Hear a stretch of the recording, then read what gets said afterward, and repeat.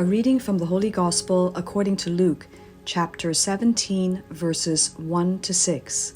The passage is taken from the Message version of the Bible. He said to his disciples, "Hard trials and temptations are bound to come, but too bad for whoever brings them on. Better to wear a concrete vest and take a swim with the fishes than give even one of these dear little ones a hard time. Be alert. If you see your friend going wrong, correct him. If he responds, forgive him.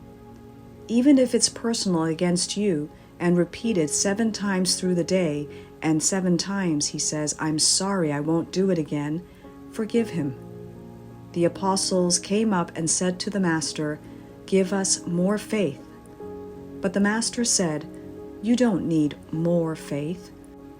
There is no more or less in faith. If you have a bare kernel of faith, say the size of a poppy seed, you could say to this sycamore tree, 'Go jump in the lake,' and it would do it." The Gospel of the Lord. Faith opens the door to understanding.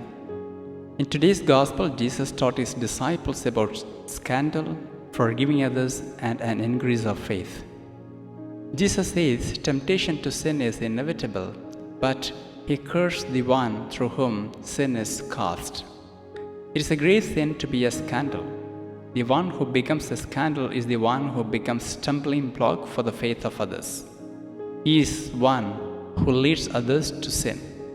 He is a hypocrite who causes others to stay away from Christ. He is the one who discourages them from following Christ by his bad witnesses. Their punishment would be greater than those who actually commit sin. Christ's disciples must forgive. Forgiveness of offences is a great duty of Christ's disciples. When they see another disciple sinning, they ought to rebuke and correct that brother. When he repents, he must be forgiven. We are not to carry a grudge in our hearts and meditate vengeance for offenders. Our duty is to correct the sins of others, and when they repent, we are to forgive them. We must pray for an increase of faith. The apostles themselves recognized their deficiency of faith and prayed for an increase of it. Some say that the occasion for this prayer was that they found the teaching of repeated forgiveness of the offenders difficult for them. Or others say that the disciples found it difficult to work a miracle because of their lack of faith, and therefore they prayed for an increase of faith.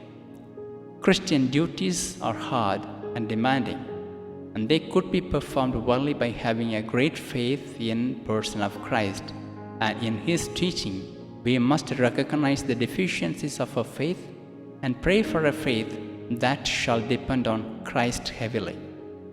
When we pray for an increase of faith, it is not for the increase in quantity, but for genuine faith.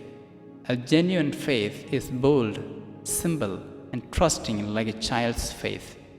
Even a simple quantity of this genuine faith, like a mustard seed, will accomplish great things. Faith believes inconceivable and achieves the impossible. It takes us beyond the realm of what can be seen and touched, and allows us to look beyond our limitations.